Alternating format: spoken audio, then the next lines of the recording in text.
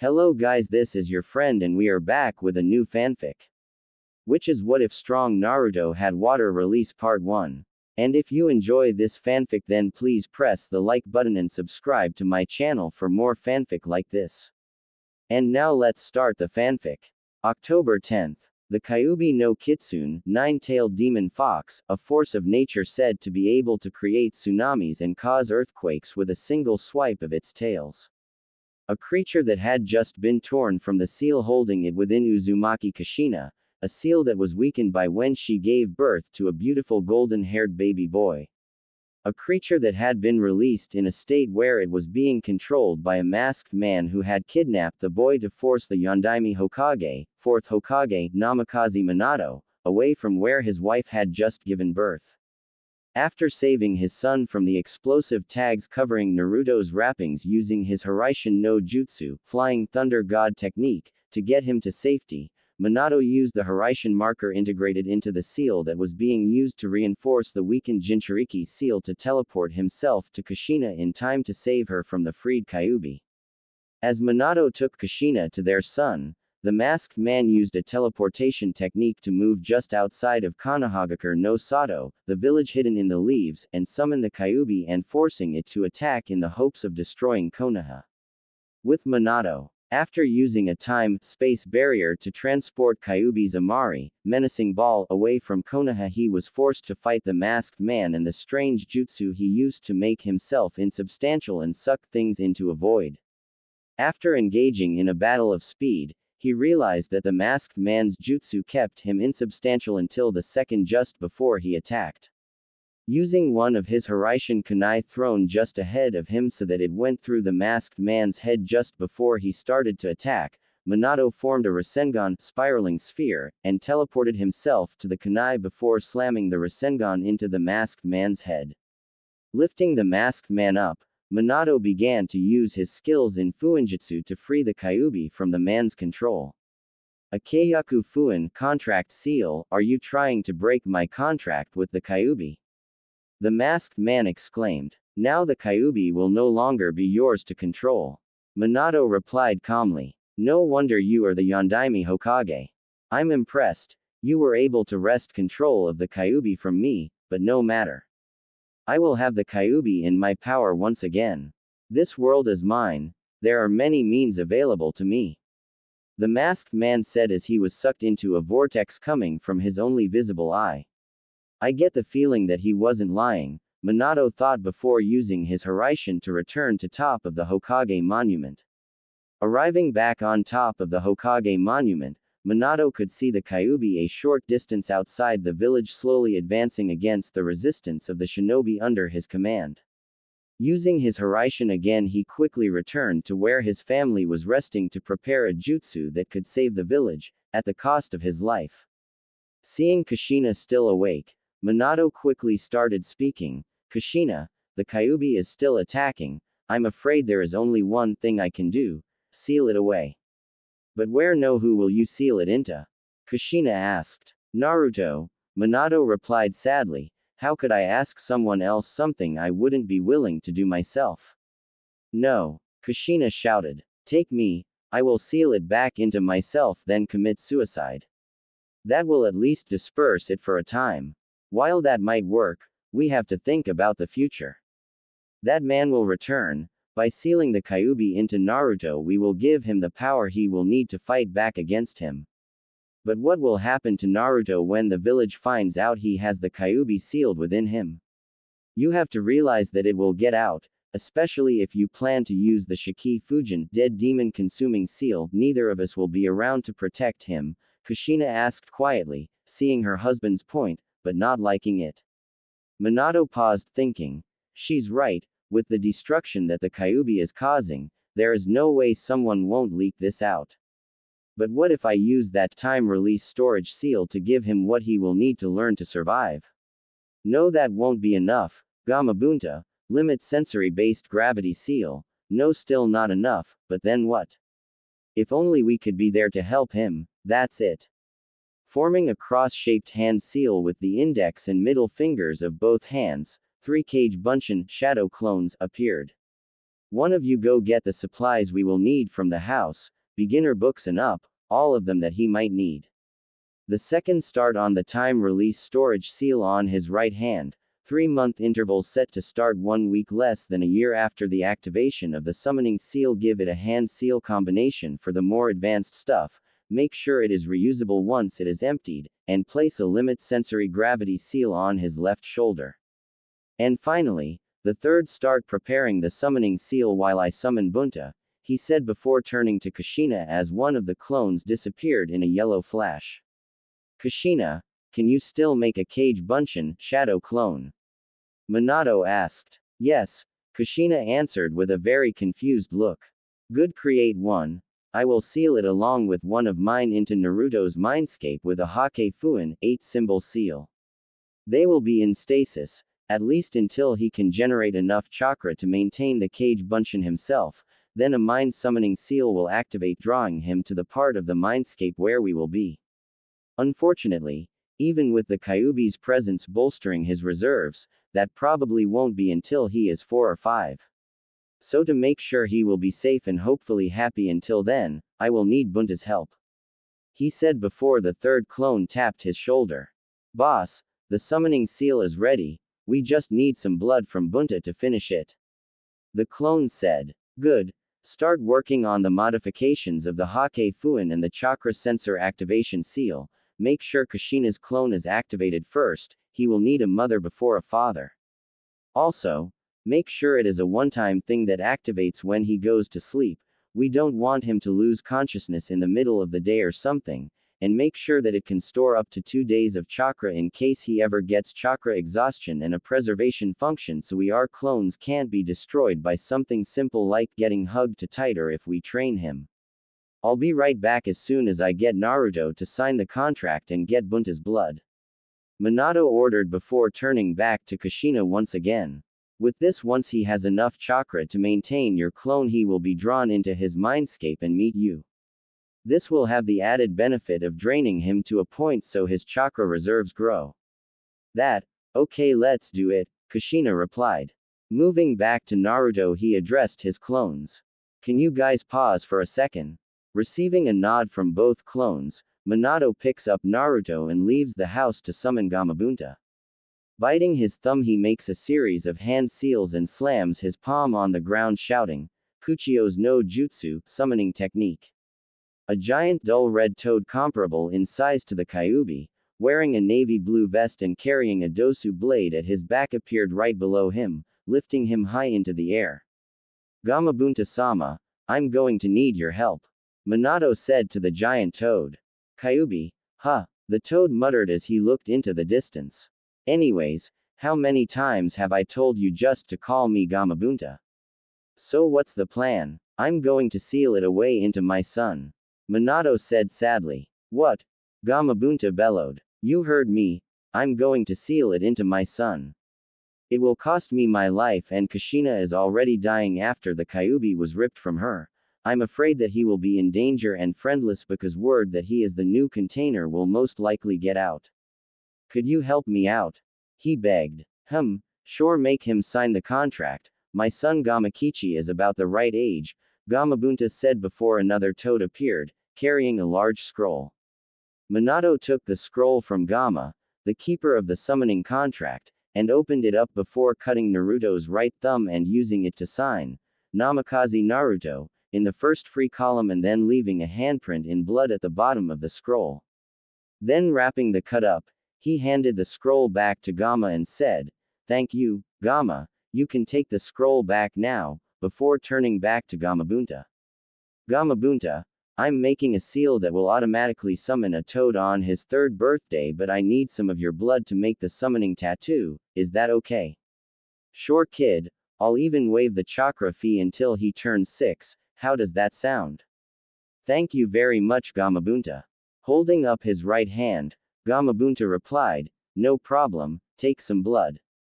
Minato complies. Taking out one of his Hiraishin kunai, he makes a small cut and lets some of Gamabunta's blood drip into an ink bottle, before jumping off of his head and running back into the house to place Naruto back in Kushina's arms, then giving the ink bottle to the clone making the summoning seal.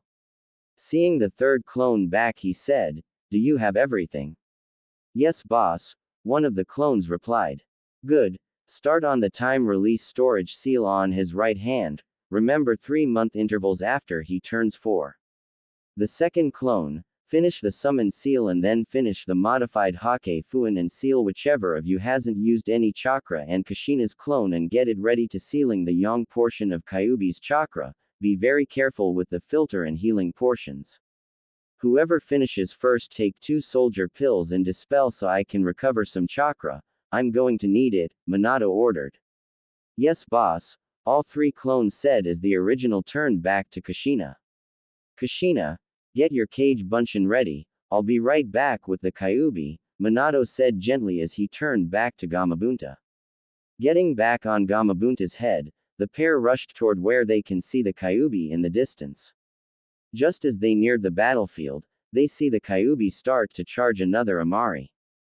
"Hurry up, Gamabunta, we don't have much time." "I'm on it, kid," Gamabunta replied as he dashed forward and tackled the Kyuubi, preventing the attack from being completed. "Stall him for just a minute while I prepare, it is going to take a lot of chakra to transport something this size." "No problem, but don't waste any time, this guy is Tug." "Ah!" Gamabunta let out a roar as one of the Kyuubi's tails left a huge gash over his left eye. "Gamabunta, are you okay?" "Yeah. Good. Here I go," Minato shouted, and with that both he and the Kyuubi disappeared. Outside the house, with Kushina and Naruto. Appearing outside the house where he left Kushina and Naruto, Minato fell to one knee. "Shit, that stunt used almost all of my chakra, I have to get a barrier up." As he thought that the Kyuubi turned and started moving toward him, only to be stopped as chains appear out of nowhere and pin it to the ground. "Thank Kami you are still alive, is everything ready, including the precautionary measures?" Minato asked, turning to Kushina only to see her leaning on the side of the building with Naruto in her arms and blood pouring from her mouth. "Yes, boss," the remaining clones reply before dispelling. "Well then, before I start, just know that I love you and Naruto more than my life itself and goodbye," Minato said to Kushina before picking Naruto up and turning back to the Kyuubi and starting to make hand seals. "I love you too," Kushina whispered back. Back at the battlefield with Sarutobi Hiruzen. As soon as the Kyuubi disappeared along with Minato, Hiruzen turned toward where he could still feel the Kyuubi's presence. Seeing it in the distance, Hiruzen took off, running as fast as his old body could move. As he crested the top of the Hokage monument a few seconds later, he saw the Kyuubi pulled to the ground. Drawing nearer, he saw chains holding the Kyuubi and whispered to himself, "Kushina," before redoubling his speed once again. Coming within sight of Kushina and Minato, he saw a spectral figure behind his successor, and the Kyuubi managed to lift one paw and strike at a baby lying on the ground. Realizing what was going to happen, he started running again, knowing he won't be able to arrive in time to make a difference. With Minato, Kushina, and Naruto making the 9 hand seals necessary to activate the Shiki Fujin and call the Shinigami to rip out the Kyuubi's soul, a spectral figure appeared behind Minato. Mentally directing the Shinigami to separate the yin and yang portions of the Kyuubi, seeing how the Kyuubi possesses too much chakra to seal it all, a spectral hand reaches through him, causing him soul-deep, nearly unbearable pain. The hand stretches toward the Kyuubi, who redouble its struggle to escape upon seeing the figure. Just as the Shinigami grabs the Kyuubi's soul, it manages to free one paw and strike at what has the symbols that signify it was slated to be the Kyuubi's new jailer. Seeing the danger, both Kushina and Minato rushed forward, interposing themselves between the Kyuubi and Naruto, stopping the paw and giving Minato enough time to finish drawing out its soul and the Shinigami to split it, the yin, dark, half to with him into the Shinigami's stomach and the yang, light, half to be sealed into Naruto. Summoning Gamatora, a rare scroll toad, Minato shouted, "Fuin," placing the key to the Shiki Fujin, and the sealing was complete. Minato collapsed to the ground, still holding Naruto with the 3 whisker marks he was born with on each cheek. Seeing movement out of the corner of his eye, he wills himself to stay alive just a little longer. As Sarutobi moved closer, He breathed a sigh of relief knowing it is someone he could trust. Sarutobi, sorry you, cough, will have to take the hat again, take him, cough cough, Uzumaki Naruto, he is a, cough, hero. Cough cough, beware, cough, masked man, cough cough, ceiling. And with those last words to someone he trusts, Minato died, leaving Hiruzen holding a crying Naruto, the Shiki Fujin still glowing red on his stomach. One dying and the other preoccupied with baby Naruto, neither of them noticed a shinobi standing in the nearby trees. 2 days later, council chamber. Sarutobi Hiruzen, the professor, and the former and reinstated Sandaime Hokage, third Hokage, sat in his chair at the head of the council table with a golden-haired baby in a crib next to him, wishing he could just kill the civilian council and stop the headache they were causing. Kill it. It is just a monster, screeched one of the newer members of the civilian council, one Haruno Sake. Silence, shouted Hiruzen, adding a moderate amount of killing intent to make sure everyone shut up. This child is not a monster, he is a hero who the Yondaime chose to carry a very heavy burden, and his name is Uzumaki Naruto. Yeah right, spat another member of the civilian council, a fat merchant this time. It must be killed, shouted several others, the shinobi half of the council and the elders looking at the civilians with disgust. I thought I said silence, the Sandaime said, increasing his killing account. Then how about you give him to me? I will mold him into a weapon for one of the elders, a crippled man with his right arm in a sling, his right side of his face and eye covered by bandages, and a X-shaped scar on his chin. You will do no such thing, Danzo. In fact, if you even suggest it one more time, I don't care how important you are or how highly placed, I will kill you myself. If I even hear about you or one of your men coming in contact with him, you shall suffer the same fate. Do I make myself clear? Backed into a corner but cursing the Sandaime in his head, the scarred man could only answer, Crystal Hiruzen. You will address me as Hokage-sama, is that understood? The Hokage rebuffed, raising his killing intent even higher, seeing something in Danzo that set him on edge. Yes, Hokage-sama, Danzo replied, now intimidated. I still say we should kill it, shouted one of the stupider civilian councilors. Hiruzen turned to the civilian council and raised his killing intent once again, causing several of them to lose consciousness. The Uchiha clan will take him in, stated Uchiha Fugaku in a nearly emotionless voice, though the greedy glint in his eyes set Hiruzen on edge.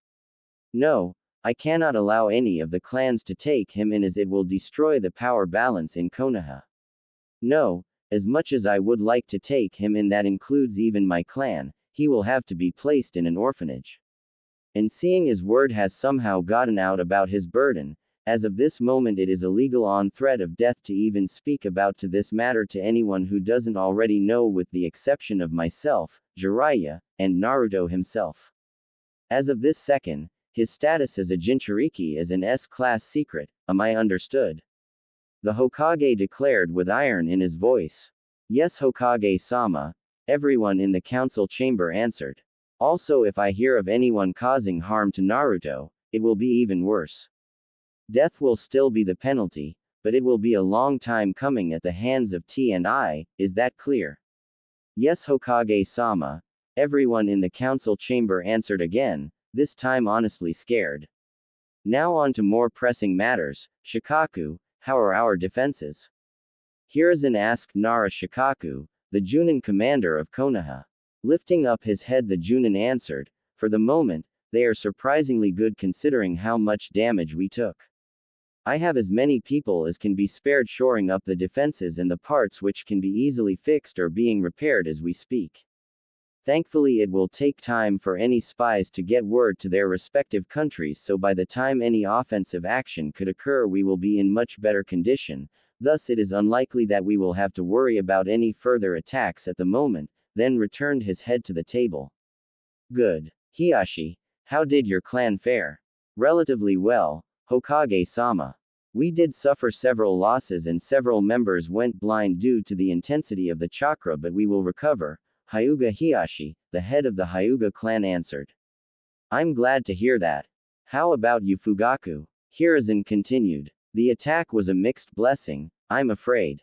We suffered a good number of losses, but the sheer amount of killing intent caused more members of my clan to awaken their Sharingan than at any other time in recorded history, Uchiha Fugaku reported. How about your clans Sume, Inoichi, Shikaku, Chuza, Shibi? The Inazuka clan took moderate losses. Sume replied promptly. The Yamanaka clan took some losses but less than others due to the focus generally placed on our clan's mind jutsu. Yamanaka Inoichi answered succinctly. The Nara clan is in a position similar to the Yamanaka due to the ineffectiveness of our shadow jutsu on a being of the Kyuubi's strength, Shikaku replied lazily, not even lifting his head off of the table. The Akamichi clan took slightly more severe losses due to the usefulness of our clan jutsu on the front lines.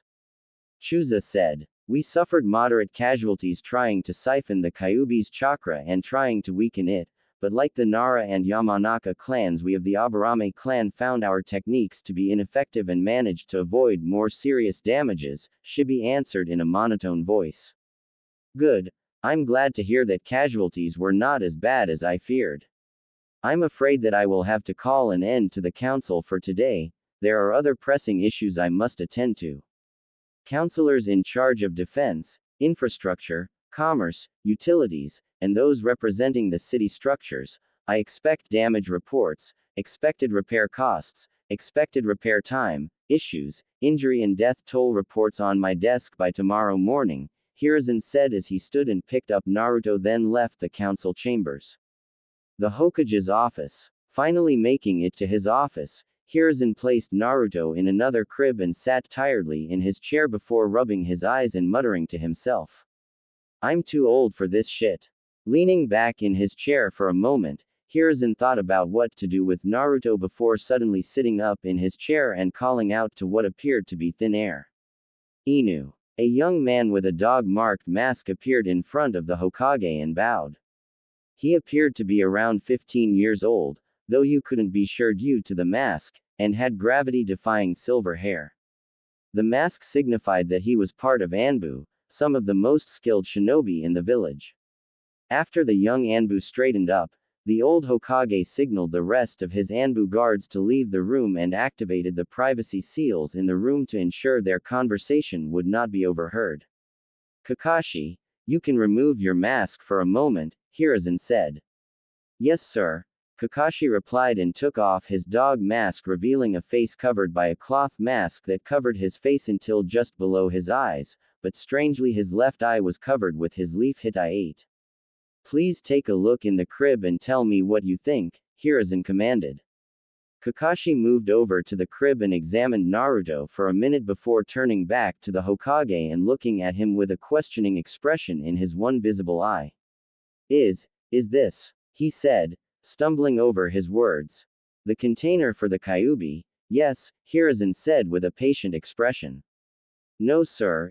Is he Sensei's son? He finally finished his question after several pauses. Hiruzen glances at him sharply, studying him intently before speaking again. What would you do if he was, my boy? Hokage-sama, what do you mean? I would protect him even if it cost me my life, Kakashi answered quickly with absolute conviction. Very good, I'm glad to hear that. The answer is yes, he is Minato's son, and could you imagine him forcing this burden upon someone else? However, there must never be a word about this. He wouldn't last a day if it did. Do you understand? Hiruzen asked demandingly. Yes, sir, Kakashi said after thinking for a moment. Assassins from Iwa, Stone, sir. Exactly. Possibly Kumo, Cloud too, the Hokage said. If this ever got out, he would not last a week. He will already be in enough from our own people. We don't need professionals at it too. Anyway, he will need protection if he is to survive. I want you to choose in 5 others that you trust, not with this information as it is an SS class village secret, but with his safety, to guard him in 3 shifts of 2. This assignment will last at least a month or 2 as I expect the worst of the trouble to occur in this time. Understood. Yes, sir, Kakashi replied with a sparkle of hope that was previously absent back in his eye. And Kakashi, The Hokage continued, if anyone tries to harm your new charge, Uzumaki Naruto, they are to be taken directly to T. They will be tortured to death. If it comes up, send a shadow clone to remove the offender. There must always be 2 guards, it that clear? Yes, sir, Kakashi replied, sobered by the Sandame's seriousness. Good. Go find the 5 other members of your team and report back. After that he will be taken back to the natal care ward at the hospital. He will probably stay there for the next 2 or 3 months, until things have calmed down, then he will be moved to the orphanage. Sir, can I? Kakashi started but was cut off by the Sandame. As much as I wish it was possible, there are 3 reasons it is not, Hiruzen started as he held up 3 fingers. 1. You are too young, he said as he dropped 1 finger. 2. It would be too suspicious if you did. His only remaining student adopting a baby, that is just asking for trouble. And 3 is the same reason I had to give Fugaku. Fugaku. Kakashi exclaimed in surprise. That was never going to happen, but the reason I gave is still valid. You are the last member of a minor clan and Naruto becoming a member would throw the balance of power within Konoha out of control. That doesn't even bring the fact that every member of the civilian council would block it if it was a non-clan member. Trust me, if I could allow it, I would. Unfortunately, the orphanage is the best of bad choices, Hiruzen finished explaining. You are dismissed. Yes, sir, Kakashi acknowledged, turning to leave as Hiruzen deactivated the security seals. 3 years later, the 3-year-old Uzumaki Naruto was not happy, safe but not happy. For some reason no one seemed to like him.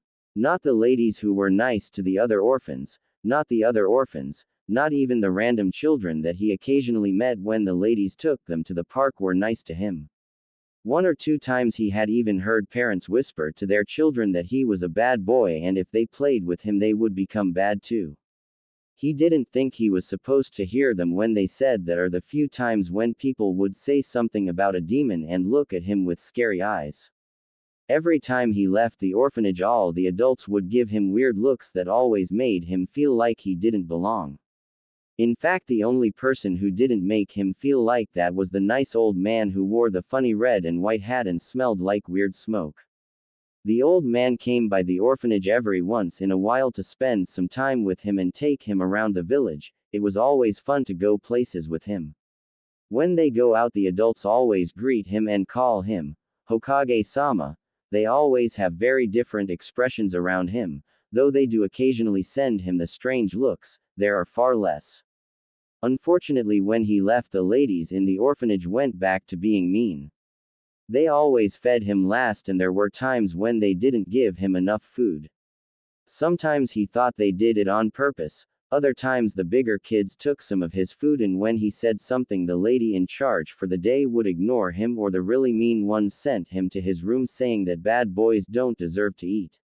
Other times when the ladies were teaching the orphans to read or when he tried to look at a book they would send him to his room and say bad boys don't deserve to learn. Once he heard one of the mean ladies say something about, keep the demon stupid. He didn't think he was supposed to hear it, none of the other kids did and they were closer to her. He could deal with the mean ladies and not enough food, but what really got to him was the loneliness. Sometimes it seemed to gnaw at his chest, and it wasn't his stomach because that sometimes hurt at the same time. The last couple of days everyone had been giving him looks that seemed worse than usual. He didn't know why, but it kind of scared him. He really didn't understand it though. Today was October 10th, his birthday. On everyone else's birthday people would give them happier than normal looks but not him. It wasn't even just to ladies at the orphanage. When everyone had gone to the park yesterday the adults seemed to be getting ready for a party and happy, but when they saw him they shot him looks that made him feel cold. He honestly wanted to just stay in his room, away from those looks, even if it was lonely. Hokage's office. Inu, the Hokage called out. Hokage-sama, came the reply as the dog-masked Anbu faded into view. It is October 10th today. Yes, sir. When was the last time we had to execute someone for trying to hurt Naruto? Sarutobi asked his Anbu. Almost a year ago, sir, the Anbu replied, not missing a beat. Good. Though I suspect something might happen tonight. Have your full team guard him tonight and seal his room so no one but you can go in or out until morning, the Hokage ordered. It is his birthday. People often get drunk worse than usual at the Kyubi festival, so it wouldn't surprise me if that happens. However, may I suggest that you don't order their deaths this time? Giving his Anbu a piercing look, Hiruzen motions for him to explain himself while speaking. Why would you say that, Inu? Sir, I'm not saying they shouldn't spend some time at the T&I division and their treatments, but it might be an effective warning to leave them alive afterward, with the warning that if it ever happens again, the treatment won't be stopping while they are alive. Then we dump them at their homes and let them pay any medical bills that are necessary, the dog-masked man defends. I see, you may proceed, but if anything ends up happening to Naruto, all bets are off, replies the Hokage. Yes, sir, the Anbu says as he leaves Naruto's room. Naruto went to bed early, not wanting to be around the mean looks anymore. He didn't actually go to sleep, but stayed in his room waiting for the night to end. For some reason he felt jumpy and not very tired, as though something was about to happen. Mount Mayuboku. It's happening, Pops, just like you said it would, said a small orange toad with a blue vest and bluish-purple markings on his face and stomach. Good, Gamakichi, just remember to tell him who you are and that the fourth arranged for you to be summoned to him on his third birthday, but most importantly remember to tell him how to summon you back to him. That way he can have a friend, and if he ever gets in trouble he can get help. Remember to dispel like I taught you when it is time, the giant dull red toad replied. Okay, Pops, I'm going now, the little toad said before disappearing from Mt. Mayuboku in the summoning plane in a puff of smoke. Naruto's room. Naruto was just on the verge of falling asleep when a popping sound echoed through his room, causing him to jump up in time to see a small frog appear on his bed. Yo, the small frog said as soon as the smoke cleared and he could see Naruto. A speaking frog, said Naruto. I'm not a frog, I am a freaking toad, you dimwit, said Gamakichi. Still, a speaking toad, how is that possible?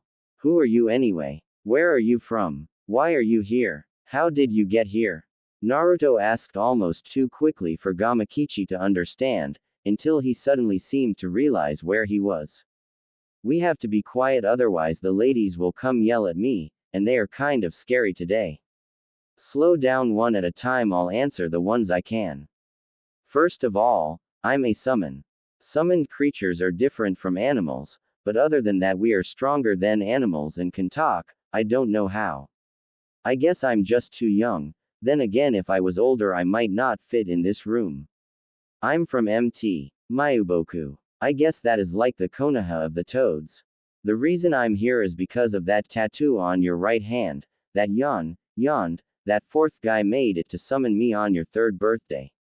Naruto lifted his left hand and saw a tattoo that had never been there before.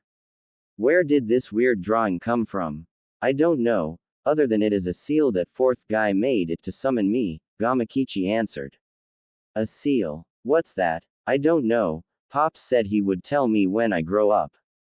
That's what he always says when we're talking about interesting stuff, Gamakichi replied. Man, Gigi always says the same thing. You'll understand when you grow up, or, I'll tell you when you are older. He says that whenever I ask about my parents, at least he doesn't tell me my parents abandoned me like the orphanage ladies, he said much more quietly before continuing, I wish I could grow up now so I could understand. Why would you want to grow up? There is so much to do now, Gamakichi said looking confused. Like make friends, eat candy, and learn cool stuff. But I don't have any friends, Naruto said in a quiet voice. Then I'll be your friend.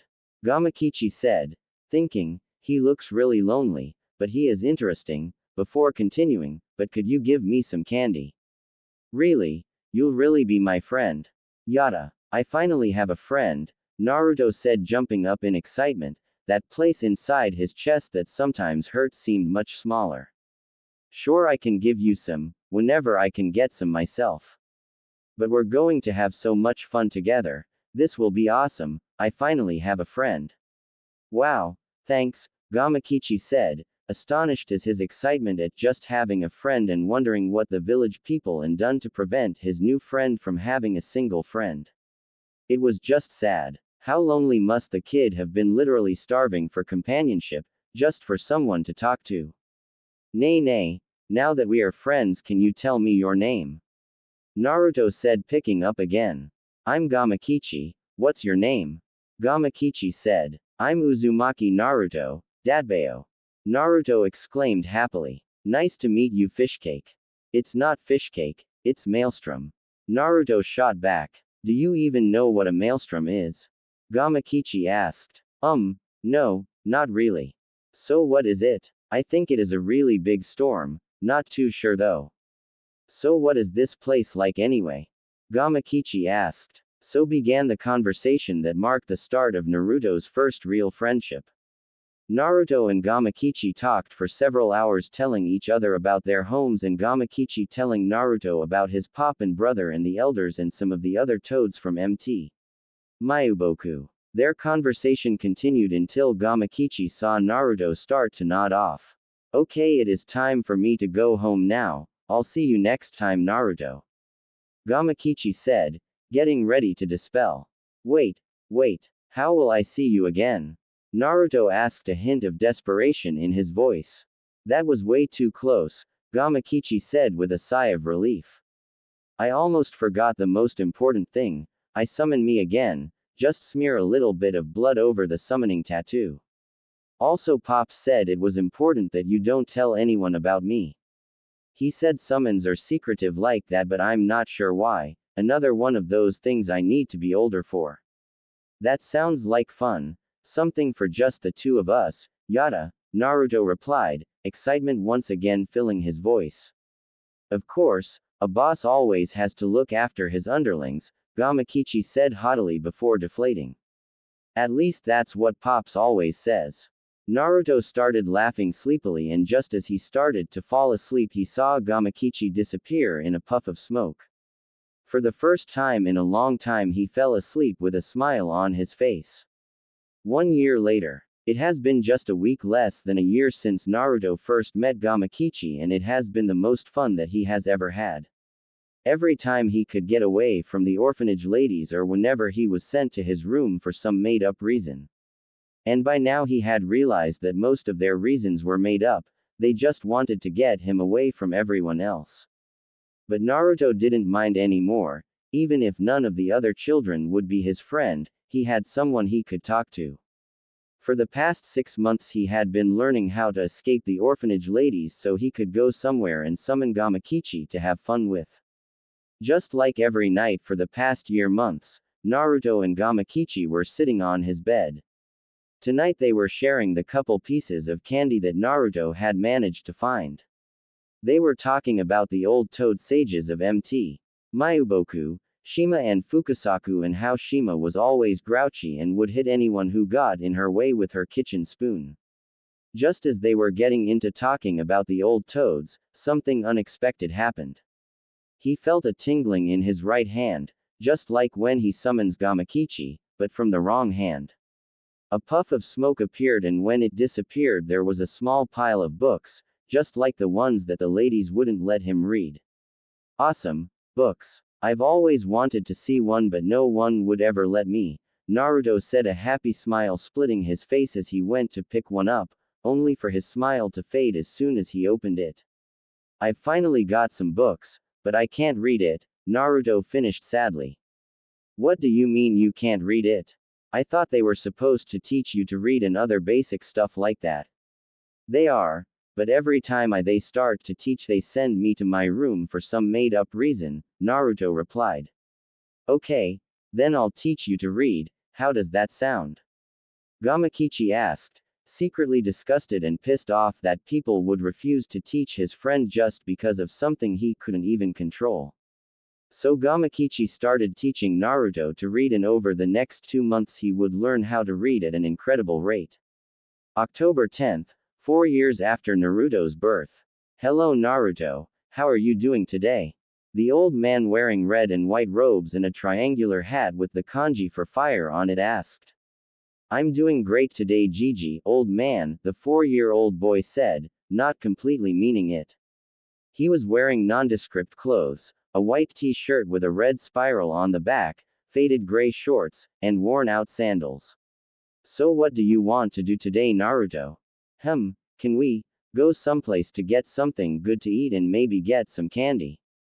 Naruto asked, thinking about his best friend's love of candy. Alright, Naruto, but what would you like to eat? The old man asked. I don't know, you pick, Gigi, the whisker-marked blonde replied. What would you like? Wait, I know, how would you like some ramen, Naruto? What's ramen? Let's go find out. Okay. Sure, Gigi, Naruto replied as the two start walking away from the orphanage. Like last year when they went out just before his birthday, all of the adults' eyes are cold, but it seems even worse than last time. Gigi, why does everyone have those scary eyes today? It looks like they are going to have a party, shouldn't they be happy? Naruto asked after they had walked a few minutes. Yes, Naruto, they should be happy, but don't worry about them, Hiruzen answered, secretly amazed that a 4-year-old boy had been able to pick up on the animosity bubbling around them even if he couldn't yet understand what it meant. After a few more minutes of walking, Naruto began to smell something amazing and his mouth immediately began watering. Following his nose, he started to move faster, almost running, making the old Hokage hurry to catch up as he called out to Naruto. Naruto, where are you going in such a hurry? To wherever that amazing smell is coming from, he replied before coming to a stop just outside a little building with a sign that said, Ichiraku Ramen. I guess this was a good choice, Hiruzen thought, but how did he smell it from all the way back there? I bet that an Inuzuka would have trouble doing that. Well, that works well, Naruto, this is where I was planning to bring you anyway. Really, Gigi? That's great, it smells so good. Well, go right on in, Naruto, the old Hokage said before following Naruto into the stand and sitting on one of the chairs at the counter. A voice called out from an open door behind the counter. We'll be with you in just a second, Ayame, can you go see who it is for me? A young girl, probably 9 or 10 years old, with peach-colored shin and shoulder-length brown hair, comes out from the back room and first takes in the Hokage as he is much taller, but soon shifts his gaze to the young boy next to him. Naruto can practically see the hearts form in her eyes as she suddenly lets out a loud squeal, kawaii, and appears right next to him so quickly he never saw her move. Suddenly he finds himself scooped into her arms and held there, too surprised to struggle. After a few seconds, he realized that he didn't want to struggle, here was someone other than the old man that was actually being nice to him. Hearing his daughter squeal, a middle-aged man with tan skin and short brown hair covered by an odd white hat comes out. Seeing the Hokage, he cheerfully said, Hokage-sama, before turning to the little boy that his daughter was holding. Tuki, how are you doing today? Hiruzen asked. Hearing a new voice, Naruto quickly looked up just as the man turned to him. As Naruto looked at him, he saw something he had never seen before. Instead of his eyes turning cold and angry, they became soft and sad. I hear it is your 4th birthday today. Happy birthday. My name is Ichiraku Tuki and the girl that is now attached to you is my daughter, Ayame. What can I get you to eat? The man, Tuki, asked him. Naruto looked at the man, almost too surprised to speak. No one other than the old man had ever wished him happy birthday before, and no one had ever hugged him before. Thinking about what the man with kind eyes said, Naruto quickly asked for his advice. I don't know, it is just that something smells really good, do you know what that is? Tuki said with a thoughtful look, maybe miso would be good for you. Miso. Yep. Miso flavored ramen. It is really good, miso broth with ramen noodles floating in it with some vegetables and pork slices. How does that sound? That sounds great, Naruto replied. And what would you like, Hokage-sama? Tuki asked. How about we just get 2 bowls of miso ramen? Hiruzen answered good-naturedly. Okay, coming right up. Ayame, come help me back here before you strangle the poor boy. Okay, Dad, I'm coming, Ayame said reluctantly. As soon as they both disappear into the back room, Naruto turned to the Hokage. Their eyes, they are nice. Yes, Naruto, unlike a lot of the villagers, they accept you for you and can see that you are a really good boy. Hiruzen smiled as he saw Naruto's face brighten. Sometimes the most important thing is to find those people who will. Yeah, from now on I will protect those people who are nice to me, Naruto promised to himself. Ayame, here is the first bowl of miso, take it out to Naruto for me, would you? Tsuki commanded gently from the back room. Okay, Dad, Ayame said as she appeared from the back room carrying a large bowl in her hands before setting it down in front of Naruto. This smells really good, how do I eat it? Naruto asked. First you take a pair of chopsticks and break them apart like so, Ayame said as she reached for a pair of chopsticks stuck together in a large tin on the counter, then she twisted them and suddenly she was holding 2 sticks. Then you use them to pick up a noodle and lift it from the broth to eat it. Remember, it might be really hot, so blow on it, she continued, showing him how to pick up some of the long noodles from the broth and blowing on them to cool them down before holding them out for Naruto to eat.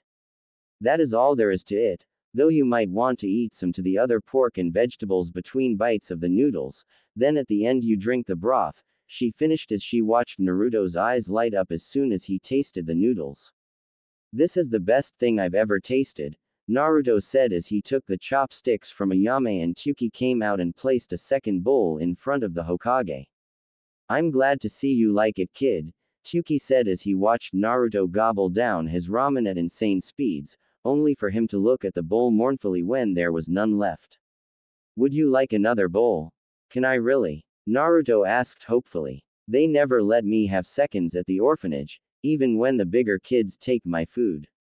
Of course you can, Tsuki reassured Naruto, noticing the grave and slightly angry look on the Hokage's face as he went back into the kitchen. Naruto's second bowl came quickly, and this bowl he ate a little slower after he looked over at the Hokage and saw him savoring his ramen in a way that looked almost dignified as it is possible when eating ramen anyway. So though he wasn't completely successful, he tried to emulate the old Hokage and he ended up eating a little slower. When they had both finished, the Hokage placed money on the counter and looked at Naruto. Naruto was looking at Tsuki almost shyly, and it reflected in his voice when he started talking. Can I come here again? He quietly asked. Of course you can, you are welcome here any time, Tsuki said in a kind voice. Anyway, I'm sure Ayame would love to see you again. With that, the Hokage and Naruto headed back toward the orphanage, stopping only to get a bunch of candy along the way.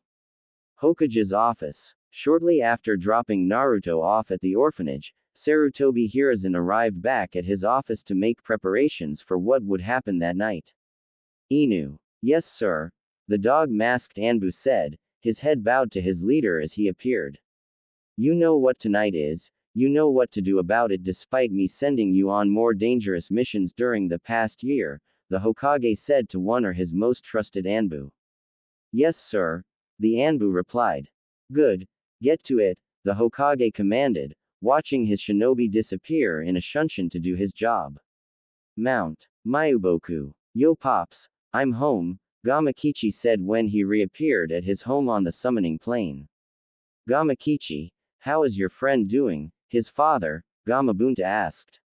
He's good, pops, but he's so smart it's almost scary. What do you mean? Well, did you know that the people that were supposed to take care of him refused to teach him to read? What?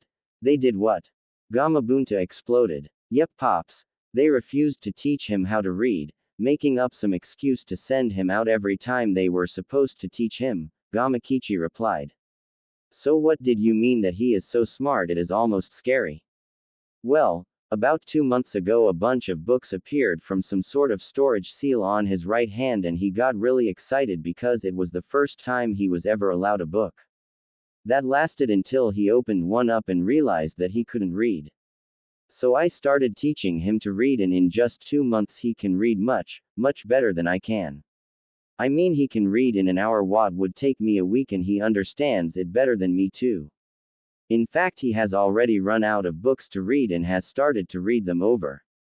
But he memorized a couple of them by just reading them once, Gamakichi explained. I guess he takes after his father in more than just looks, if what you have told me is true. But that other seal is interesting. I guess Minato was hedging his bets, Gamabunta said before letting out a bellowing laugh. So how do you like him, Kichi? He's awesome, Pops. He's really fun, and he even shares his sweets, even when I know he doesn't get them often. But why did you wait so long to ask? Gamakichi asked. I wanted to give you a chance to get to know him first before I asked. Anyway, keep watching out for the kid, okay, Kichi? Sure, Pops. He is my underling after all, Gamakichi replied in a condescending tone. Ha ha ha ha ha ha ha ha ha ha ha ha ha. 1 month later, orphanage.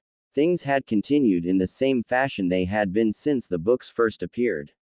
Most days Naruto would sneak away from the orphanage and summon Gamakichi to play with him, then after everyone else went to sleep he would summon him again, or sometimes he would just read. But more and more he would summon Gamakichi since he had practically memorized every book he had. He had summoned Gamakichi to play again, bored of reading the same books again and again. Gamakichi, do you know any games we could play? Naruto asked plaintively. How about Janken-Pon, rock paper scissors?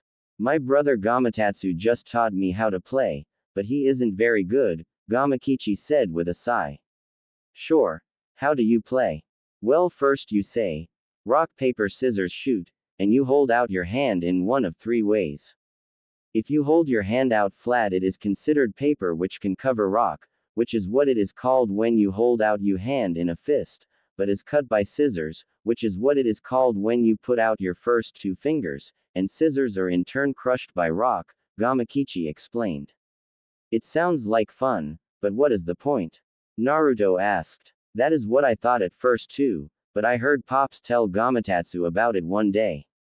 He said it is a lot like the techniques shinobi use. Each type of technique is strong against some things or weak against others.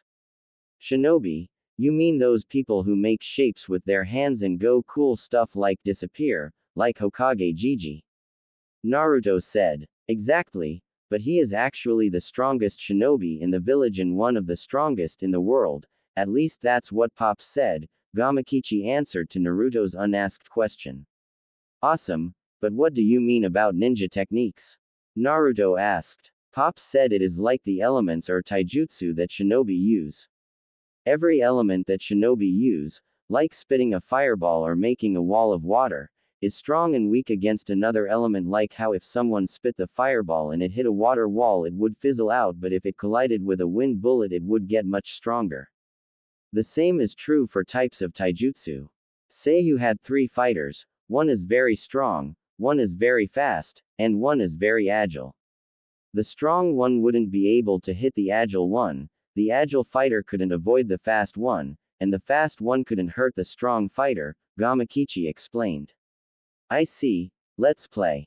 Naruto exclaimed. Over the next half an hour Naruto and Gamakichi played Janken-Pon, but no matter what he tried, Naruto couldn't win more than 1 in 10 games.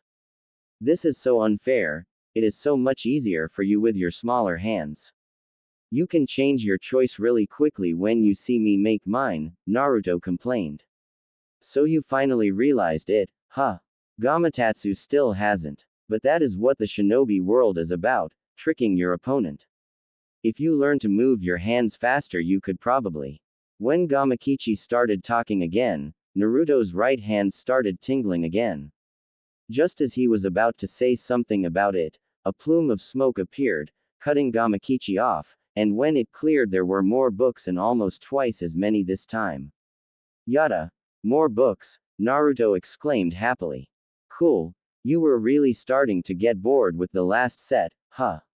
I guess it is good that there are so many books this time considering how quickly you can read now, Gamakichi replied. Yeah, I guess so. Look, there are some story books like last time, but there are also some like this, he said as he held up a basic math textbook, a book labeled, A History of Konoha, and another labeled, The Basics of Chakra. What's chakra? Chakra is the energy that ninja use cool jutsu and stuff like walk on the walls or water. At least that's what Pops says, Gamakichi answered. That is so awesome, Naruto said, already opening the book. I can see my underling is having fun, Gamakichi said to see if Naruto was even paying attention anymore, not really surprised when Naruto didn't even reply to his underling joke. Seeing how absorbed Naruto was, Gamakichi dispelled returning to the summoning plane. Once again Naruto's schedule changed, he would still sneak away to summon Gamakichi and play during the day, but now he would just read his new books at night. The chakra book was just so interesting that he couldn't put it away during the times he dared to take it out from under the loose floorboard under his futon. He didn't want one of the ladies to take it away after all. So he only took it out after everyone else went to bed. The orphanage ladies never checked on him after he went to bed. That was really lucky for him, especially because if they had, they would have seen how his eyes had changed and the pupils became slits, allowing him to read his book as though it was still daytime. After reaching the end of The Basics of Chakra, Naruto couldn't help but think how cool chakra was, really wishing he could use it himself. Maybe Kichi will know how to use it. I guess I will ask him tomorrow, Naruto thought to himself. Putting away the now finished book, Naruto looked through his new books again, wondering what to read next. Searching through his books, he saw what looked like a letter hanging out of one. Blinking in curiosity, he took out the letter and started reading. Hey Naruto, how are you doing? Bad question, I know, but I have to ask as I can't be there to see for myself. You should be almost 4 when you read this, and since I'm dead there isn't too much I can do for you at the moment. Just to make sure I'm not completely useless, I wrote this letter and placed the storage seal on you to give you the stuff that you will need to survive. I just want you to know, despite what other people might say, you were wanted and loved.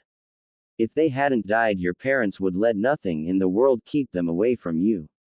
To make sure you know this, I placed several seals on you. They have several functions, as you might have guessed. The first one, the one on your left hand, lets you summon the toads.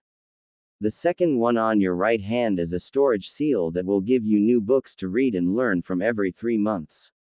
As you might have noticed, there are books on stuff like chakra, math, and history. The math and history is just general stuff that everyone should know, but the chakra book I gave you in case you want to become a shinobi. Have you ever thought about becoming a shinobi? If you have, in another 3 months there will be a book that explains hand seals and another letter that will tell you a set of hand seals that, as long as you can mold chakra with them, will unlock another set of books. These are a series of books will help teach you more about being a shinobi, including An Introduction to the Shinobi Arts, An Introduction to Fuinjutsu, by Namikaze Minato, and A Guide to Physical Development Necessary for Youthful Taijutsu, by Maeda Guy. The first one will introduce you to ninjutsu, the ninja arts, taijutsu, the physical arts, and genjutsu, the illusionary arts. For now I suggest you start with the Guide to Physical Development and start training. Just remember that more advanced books will come every 3 months. To help you out with your training, I placed a limit sensory gravity seal on your shoulder. This seal will very slowly increase the gravity that affects your body, similar to the weights in the physical development but better. This seal is called a limit sensory because it detects when you are completely used to the gravity level and slightly increases it. If it becomes necessary, you can shut it off with a pulse of chakra and a simple kai, or increase it manually when you begin to train. If you decide not to become a shinobi and don't do this, the seal will continue to give you books for general education. I know this isn't much, but I promise there will be more. Love, Father. They loved me. Naruto thought after reading the letter from his father. He began crying. They really loved me. They might have been pushing him to it, but was more determined than ever to become a shinobi. Thinking about it, he decided to ask Gamakichi if he knew how to get access to chakra. Over the next month, Naruto worked with Gamakichi to get access to his chakra. First he had to learn how to meditate. Then when he learned to still his mind, he turned his attention inward, trying to feel the flow of energy through his chakra circulatory system. Though what the chakra circulatory system was he still wasn't completely sure, Gamakichi wasn't sure either. It was one of those things that his pops said he would understand when he gets older. Then the final step was learning how to manipulate chakra flowing within him. Once he finally learned to manipulate his chakra, he began doing the exercises described in The Basics of Chakra, starting with the leaf floating exercise.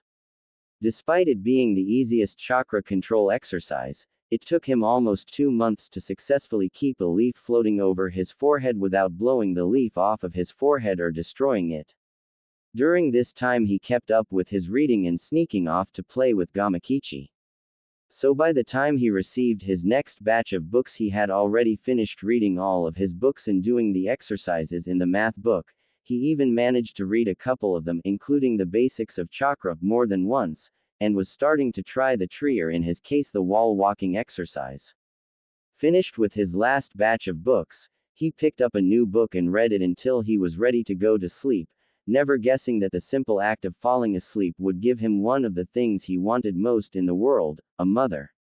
Mindscape. Waking up in an unfamiliar place, Naruto looked around.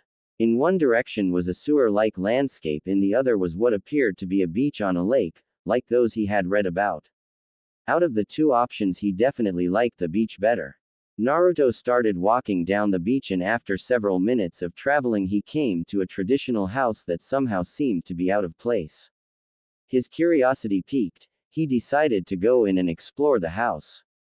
At first it seemed to be completely empty, but when he came to the master bedroom he found something that he would never expected. In that room were two coffin-like blocks of what appeared to be ice or crystal. One of them was almost completely clear, like it was barely there at all. The other was so opaque that he couldn't even tell if there was anything in it. The clear one held a beautiful woman with waist-length crimson hair. I wonder who she is, Naruto muttered to himself, reaching to touch the clear crystalline box with his fingertips, excited for some reason. As soon as he touched the box, the substance holding the woman shattered and she would have fallen to the ground if Naruto hadn't run forward to catch her. Anyo, are you okay, miss? Naruto asked, still supporting the unknown woman as she started to wake up. What happened? Where am I? Who are you? She asked, still dazed. I don't know what happened or even where we are, but my name is Uzumaki Naruto, Datbeo. Naruto, you are Naruto? She asked, taking a step back to get a better look at him. Yeah, who? He started to ask, but was cut off when the woman suddenly hugged him so tightly he could barely breathe.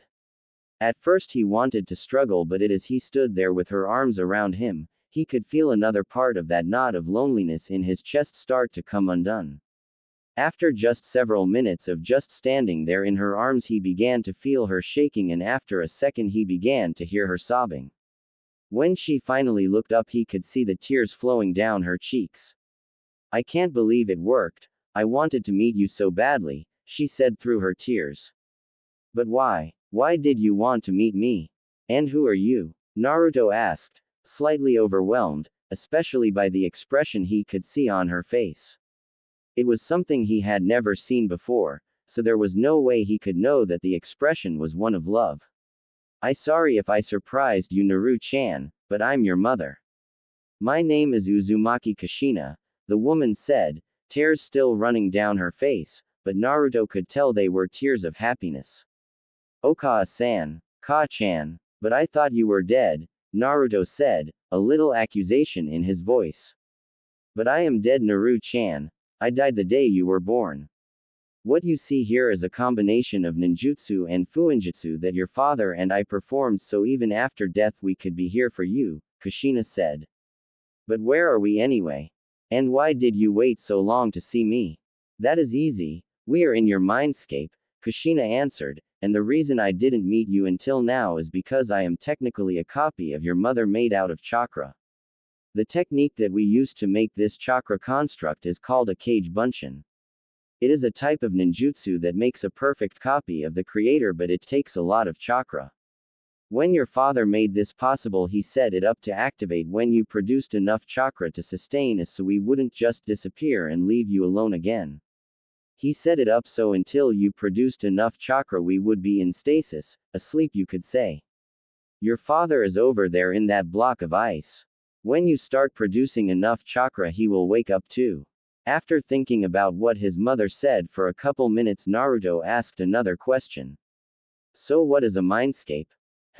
How to explain? Think about it like a dream. The mindscape is a place in your mind very like where dreams come from, Kushina answered, trying to figure out how to explain such a complicated concept to a 5-year-old boy.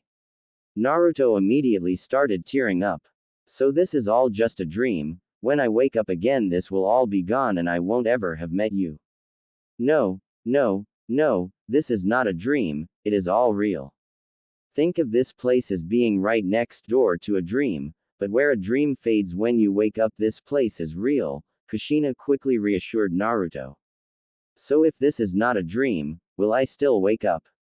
And what will happen when I do? Naruto asked, still worried. Yes, Naru-chan, you will still wake up, but don't worry, I will still be here even when you wake up. Just remember, if you want to come back you just have to will yourself here, just want it with all your might when you fall asleep in the real world, Kushina told her son.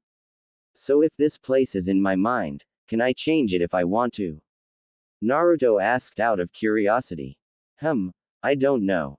I guess it might be possible this is part of your mind after all, but I don't know how you would do it. Well, okay, whatever, it doesn't really matter. I was just curious. Enough of the serious stuff.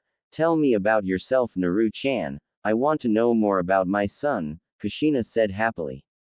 As Naruto told his mother about his life and answered her questions, he never noticed the brief flashes of anger that flitted over her face, nor did he notice her happiness when he told her about his best friend Gamakichi. Naruto and Kushina talked about his life until he started to get tired. Seeing Naruto's exhaustion, Kushina took his head into her lap and started to gently sing to him. Relaxing completely, Naruto quickly fell asleep with a huge contented smile on his face. Despite some of the ladies that took care of the orphans, including the one that was in charge, being even meaner to Naruto than before, Naruto was happier than he had ever been before. He had a mother. Even if she was technically dead, it didn't stop him from spending every night in his mindscape with her. He actually found it surprisingly easy to get back to his mindscape. All he had was think about his mother as he fell asleep and he would immediately find himself in his mindscape. Since he always appeared in the same place, where the beach met the sewer, he started calling that place the door to his mindscape, at least to himself. He never did go down the sewer. As soon as he appeared he would always run as fast as he could to his mother's house. He was still sneaking out to summon Gamakichi, and getting better at all the time, and reading his books at night before he went to bed, but the perpetual smile that he had on his face all the time was caused by the time he spent with his mother. In the couple of weeks that had passed since he met his mother he had started to get the hang of wall walking. When he first tried it he had accidentally used too much chakra when he tried running up the wall like it was suggested in his book on the basics of chakra. He was blasted off the wall after just a couple of steps, sending him crashing to the ground and leaving a big dent in the wall. Its stomach still growled and every time he thought about the aftermath of that attempt. Still trying to pick himself up off of the ground, Naruto heard a crash as his door banged open and the lady who ran the orphanage walked in. Her eyes immediately went to the wall and she started yelling at him. What have you little brat? Do you know how much it will cost to fix the damage you have caused? What were you doing trying to do? Bang your head through the wall and make yourself a new window or something, you stupid little shit. I should have known something like this would happen someday. You are just too stupid to know any better after all. But still, we will have to punish you, she said, her voice now taking on a slightly happier tone. What should we do? Aha, it might be a bit lacking, but as of this moment you cannot leave this room for 2 days for any reason, not to eat, not to use the bathroom, for no reason at all. So for 2 days he stayed in his room, not even able to summon Gamakichi or read for fear that he would be discovered when one of the ladies came to make sure he wasn't causing trouble, as they said. When he finally got out, his stomach felt like someone had punched him over and over, he was just so hungry. He also had to go to the bathroom really badly, so badly that it actually hurt. After he had recovered from that ordeal, he decided to do the exercise a bit differently. He thought about it and realized that the goal was to get your feet to stick to the wall with chakra, but why did he have to be moving to start with? Thinking that way, he laid down on the ground and tried to stick first one foot then the other to the wall, getting a better feel for how much chakra it would actually take to stick to the wall. Eventually, he started walking slowly up the wall, trying to get the timing of sticking to the wall and releasing his chakra down so he could actually move. When he got it down, he started practicing it on the various surfaces and actual trees. When he snuck out to summon Gamakichi, as he couldn't actually move on to the next exercise because he couldn't find a big enough body of water. At the same time as he was getting control of his chakra, he was also learning from his mother. She was helping him master the math exercises and telling him more details for a lot of the history in his history textbook. Especially after they found out that any books or scrolls that Naruto read appeared in his mindscape. So despite his young age and the conditions he was forced to live in, he was happy and learning quickly. Mindscape. Ka-chan, can you tell me my family? Naruto asked about 3 weeks after first meeting his mother. They had talked a lot about each other's lives, and to say Kushina was pissed off was an understatement. She would have been pissed off if any child was forced to live in such isolation, but the fact that it was her son made it 100 times worse. It would be safe to say that if she could have gotten out of her son's mindscape, she would have gone on a rampage, not that Naruto ever knew that. Not quite yet, but soon I promise, Kushina answered reassuringly. Then what about your family? What do you mean, Naru-chan? Kushina asked in return. I mean, just like you're my mom, what about your mom and dad? Naruto said. I come from the Uzumaki clan that used to live in Uzushiogakure no Sato, the village hidden in the whirling tides, Kushina said with a far-off look in her eyes. We have a clan? Naruto asked excitedly. No, not anymore. Our clan was renowned for our longevity and our skills in fuinjutsu. We were so good that many people feared our village. So much so that during the Second Ninja War, Kumo, Cloud Kiri, Mist, and Iwa, Stone, villages formed an alliance and destroyed Uzushiogakure.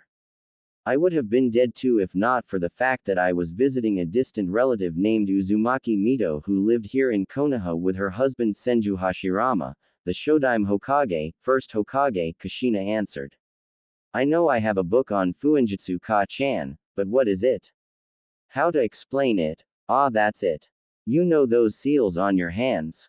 The ones that your books come from and let you summon toads? Kushina said after a minute. Yeah, well, those seals are a good example of fuinjutsu. Fuinjutsu is a ninja art that very few people are good at, it can be hard to learn. But the Uzumaki clan has a special way to make seals that can be used in battle. Unlike nin, tai, or genjutsu, fuinjutsu can do just about anything if you take the time to figure out how to do it. A really basic example is a storage scroll. Shinobi often use them to carry a lot of stuff while taking up very little room. What a storage scroll does is make a bubble of space, I guess you could say, that you can put lots of stuff in with the entrance being a simple scroll. That is so awesome, can you teach me that, please? Naruto almost shouted in his excitement.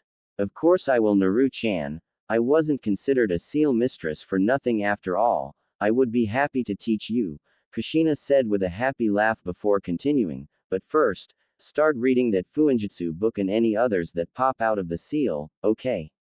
Okay, Ka-chan, I'll start reading it tomorrow night before I go to bed. Good boy, do you want to start now? Kushina asked tentatively. Yay, let's start. Okay. But be warned, this is probably the most boring part. Do you still want to do it? Of course I still want to start. Well, you have been warned. The first part takes quite a while. You have to be able to write perfect kanji before you can start making your own seals. Are you ready to start? Kushina asked in a somewhat ominous tone that made Naruto gulp in trepidation before he replied. Let's go. If we don't start, I won't learn. Alright, let's go, Datbane, she said, thinking. Crap, it's back again. I thought I had finally gotten rid of it this time. It was hard to say for sure, but Naruto thought he was making good progress on his study of Fuinjutsu and it was fun to learn. He had now read 3 books on Fuinjutsu: An Introduction to Fuinjutsu, by Namikaze Minato, Fuinjutsu for Beginners Level 1 and 2 by Jiraiya, and was working on Level 3. The Level 1 book had appeared from the storage seal on his right hand just before he met his mother, and the second of which came 3 months after he met his mother, but he also received several more to read recently, when he unlocked the shinobi stuff his dad mentioned. He had read the scroll about hand seals, then with his mother's help learned how to position his hands and mold chakra in the right way to use them. Flashback. After he started reading the scroll about hand seals, he started summarizing it for himself. There were 12 main hand seals, all of which were based upon the Chinese zodiac. Tori, bird. Inoshishi, boar. Inu, dog, a hand seal commonly affiliated with ice release and some wind release jutsu. Tatsu, dragon. Ushi, ox. Tora, tiger, a hand seal commonly affiliated with fire release. Hubby, snake, a hand seal is commonly affiliated with earth release and wood release. Nei, rat, a hand seal is commonly affiliated with the shadow techniques of the Nara clan. Uma, horse. Suru, monkey. Usagi, hare. Hitsuji, ram. There are also several unique hand seals that are used for certain techniques like the Kage Bunshin no Jutsu, Shadow Clone technique, and some clans jutsu, like the Yamanaka and Akamichi. Second, there is a way to perform one-handed seals that perform assist in molding chakra the same way as the 12 main seals. These seals are much more difficult to perform, and the person using them must have very good chakra control, as they don't mold the chakra as effectively, so the user must be more precise in the molding of their chakra. Finally, once someone becomes familiar with certain jutsu, they can perform them with fewer hand seals, or if they are really good, no hand seals, but as with the hand seals, this is very difficult. It requires all of the chakra control of the one-handed seals and more, but the user must be very familiar with the technique as well. Some techniques also require an activation gesture. These gestures range from clapping for certain kinjutsu, like the rumored resurrection jutsu created by the Nadaime Hokage and the dead demon consuming seal of the Yondaime, to slamming one's hands on a surface for the Kuchio's no jutsu, summoning technique. At least those were the important hand seals, but it was hard to perfect the hand seals with just the little pictures in the scroll, so he asked his mom for help when he got to his mindscape. After finally mastering the correct movements with his mother's help, he decided to gain access to the other books and scrolls about shinobi subjects from his storage seal. So on one of the nights he summoned Gamakichi, he reread the activation sequence that came with his third batch of books and performed it while concentrating on the seal on his right hand. With a puff-like sound, smoke filled his entire room for a minute, and when it cleared there were at least 500 books in his room. There were so many of them, from Fuinjutsu for Beginners Level 2 to 5, Intermediate Fuinjutsu Level 1 to 6, Advanced Fuinjutsu Level 1 to 4, even if these were thicker, a scroll on Advanced Chakra Control, a scroll on Advanced Hand Seal Theory and Jutsu Creation, and even a couple of jutsu scrolls if he wasn't mistaken, among many others. There were even a couple things that weren't stuff to read. There was a box with some weird gloves that when he put them on he could barely move his hands, and another small box with some strips of paper in it. He took one out and used it as a bookmark. This could be a problem, Naruto said disbelievingly when he finished looking at all of the stuff that had just appeared. You aren't kidding, Gamakichi said as one of the pieces of candy Naruto gave him fell out of his mouth. While I'm glad that I won't run out of stuff to read any time soon, what are we going to do with them all? There is no way I can hide these all under the loose floorboard beneath my futon. I've got an idea. I'm going to dispel, re-summon me in 10 minutes, Gamakichi said before disappearing in a puff of smoke. Mount Mayuboku. Reappearing on the summon plane, Gamakichi immediately went searching for his dad. Yo Pops, I'm back, Gamakichi said when he found him. Already? That was a quick visit tonight, Gamabunta said. I'm going back in a few minutes, but I need to ask a question. Sure. Go ahead, Kichi. Well, Naruto finally got the hang of making hand seals and molding chakra in them, so he decided to get the shinobi books and seals that his father placed in that storage seal on his right hand. His old man decided to place a bunch of stuff that he might need to learn to become a shinobi in that seal that he could access when he how to make hand seals and mold chakra. So when he did the seals, we ran into a bit of a problem. There were over 500 books and scrolls, and if we don't do something, the ladies who run the orphanage will take them all. When we realized that, I thought we could store them in one of the dry storage huts here.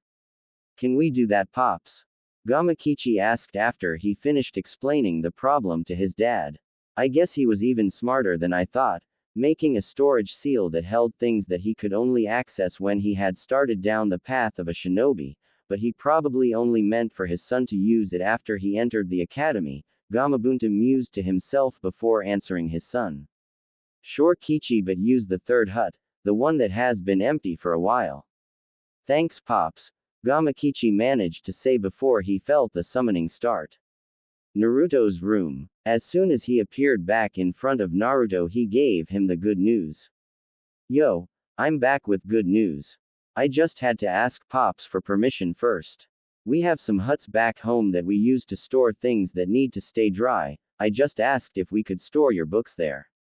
Thanks, Kichi. You're awesome. That is perfect. My books will be safe and I won't ever have to worry about someone trying to steal them.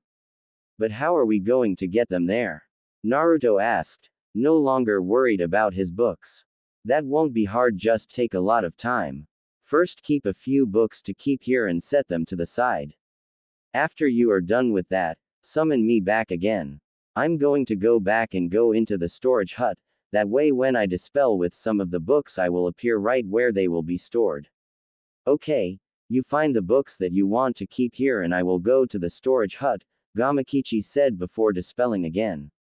Not sure what to keep, Naruto settled on keeping the rest of the beginner Fuinjutsu books, as he was almost done with the level 2 book, as well as a couple more history textbooks and the scroll on advanced hand seal theory and jutsu creation.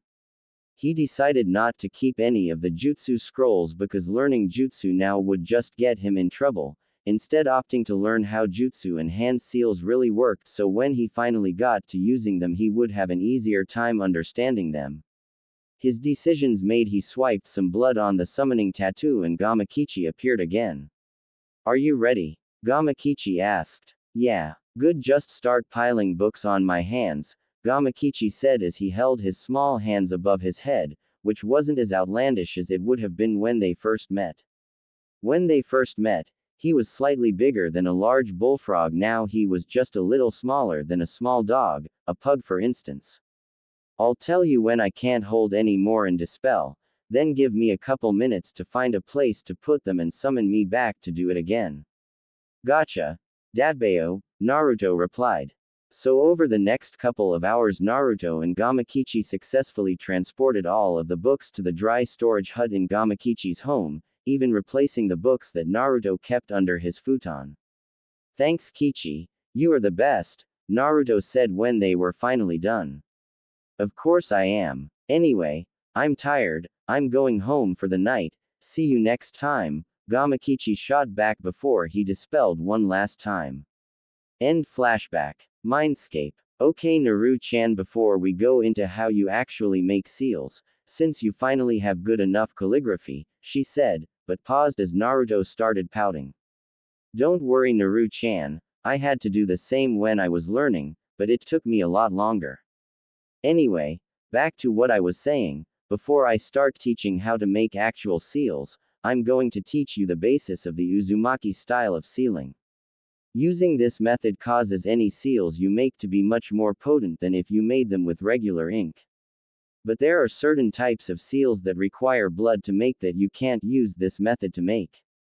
The Uzumaki style uses your chakra to make the seals instead of ink, or maybe a better way to say it is you turn your chakra into ink that takes the form of the seal you are making. That is why it is possible to use it in battle. You don't have to waste time that you probably won't have to write out the actual seals. But be warned, don't use this method to make any seals you haven't fully mastered, or at least don't activate them. Like I said, your chakra makes the ink take the form of the seal you are making, but to do that you have to have a very clear picture of what you want to make. For the easy things like storage seals you won't have to worry about it, but the more complex the seal the more careful you have to be. A very good thing about this method is that as soon as the seal deactivates, all evidence of the seal itself disappears and no one can copy the seal. But that has a disadvantage also. If you want the seal to last, you have to add extra chakra and kind of twist your hand as you are removing it. That stabilizes the seal and lets you reuse it, like if you are making a storage scroll or a storage seal like on your hand. Do you understand so far, Naru-chan? Kushina asked to make sure Naruto was following along. Yep. It is a good way to use seals in battle by making ink out of your chakra, but don't activate the seals you make this way until you have fully mastered the seal or when you are creating new seals and no one can copy them, Naruto replied, astonishing Kushina at how fast he grasped the concept, and even more when he mentioned new seals since she had never mentioned them. Very good, Kushina said, hiding her astonishment. To start with, just concentrate on forming a single symbol, okay? Okay. This method would actually be classified as a ninjutsu, fuinjutsu hybrid. You make these hand seals, she said as she showed him a series of 4 hand seals, then channel your chakra through your hand while concentrating on the symbols and eventually the layout of the symbols to make the scroll, but we can worry about that later. Just remember, don't ever tell anyone how or even that you learned this, and don't tell anyone you can use chakra unless and until you enter the academy. Naruto nods. Okay, Ka-chan, then makes the 4 hand seals he was shown before, slamming his hand on the ground and channeling chakra. A slightly smudged symbol for Mother, Mew, haha, appears on the ground where his hand was. Seeing the symbol, Kushina immediately picks Naruto up in a huge bear hug and whispered, "I love you, Naru-chan," in his ear before kissing his cheek. Naruto immediately turns to her and said, "I love you too, Ka-chan." So things went with Naruto practicing the Uzumaki sealing method with his mother in his mindscape and chakra control in the real world. Naruto was now able to make very clear and precise kanji appear, and he started to write sentences with his chakra. He worked so hard it surprised Kushina, who sometimes had to force him to stop as he was getting close to chakra exhaustion. He had completely mastered wall tree walking by this time and was experimenting with it. When he snuck out to play with Gamakichi, he would tree walk while sticking a leaf to his forehead, which was hard at first, but after a bit of practice he figured out how to do it. It was hard even though he had really good chakra control. After finishing that, he started making the leaf hover a few inches away from his head, which was even harder as he had to both make it stick to his head and push it away at the same time, balancing the forces so he didn't rip the leaf apart. During the times he was sent to his room, which were becoming more and more frequent, he tried some other things. First he tried to sit on the wall, which wasn't too hard but different as he had never tried to channel chakra anywhere but his forehead and feet before. When he could sit on the wall without thinking about it at all, he tried laying on the wall, first on his back, then stomach, then sides, sometimes with his head toward the ceiling and sometimes his feet. Finally, when he could do that, he tried walking up the wall standing on his hands. That was probably the hardest because he had never tried to use the muscles in his arms like that before, though the chakra part was pretty easy. As he stuck himself to the wall one night, he realized he was unconsciously channeling a little bit of chakra to his eyes. Wondering what it was doing, he stopped the flow and everything went dark, darker than anything he had seen in his entire life. Panicking, he let the chakra flow again and he could see again. I wonder if this would do anything during the day, he thought. The next day he tried to channel chakra to his eyes just like he had been doing the night before. As soon as the chakra reached his eyes, he could see everything much clearer. he could make out details that he had never noticed before. He was looking around, amazed by his surroundings when he looked out of the window and saw a strange sky blue glint of light in one of the trees just outside the walls of the orphanage. Concentrating on the light, he pushed more chakra into his eyes, and suddenly a man in a strange blank mask with just the kanji for Nei Gen, root on his forehead appeared. Deciding he had seen something he was probably not supposed to see, he let the chakra flow stop and the man disappeared again. Though he didn't yet understand it, he had just found out he could see chakra, and when he channeled enough chakra to his eyes, see through genjutsu. Despite not understanding what had happened, he decided to practice sending chakra to his eyes so he could see that clearly again if he ever needed to. Then he wondered what would happen if he did the same for his ears or nose, only to find that channeling chakra to them amplified his sense of hearing and smell many times over, so he practiced doing that too. Time passed, and soon it was the day before his birthday, and surprisingly the Hokage showed up and took Naruto out for ramen. Ichiraku ramen. Almost as soon as Naruto and the Hokage entered Ichiraku ramen, Naruto found himself swept up in Ayame's arms. She had a very powerful hug, and before long he couldn't breathe. "Can't breathe? Let me down, Ayame Nei-chan," Naruto gasped out as he banged on her arms. She immediately put him down with a contrite look on her face. "I'm sorry, Naruto-kun, I was just so excited to see out cutest customer again." Hiruzen just laughed at seeing Naruto's predicament as he sat down at the counter.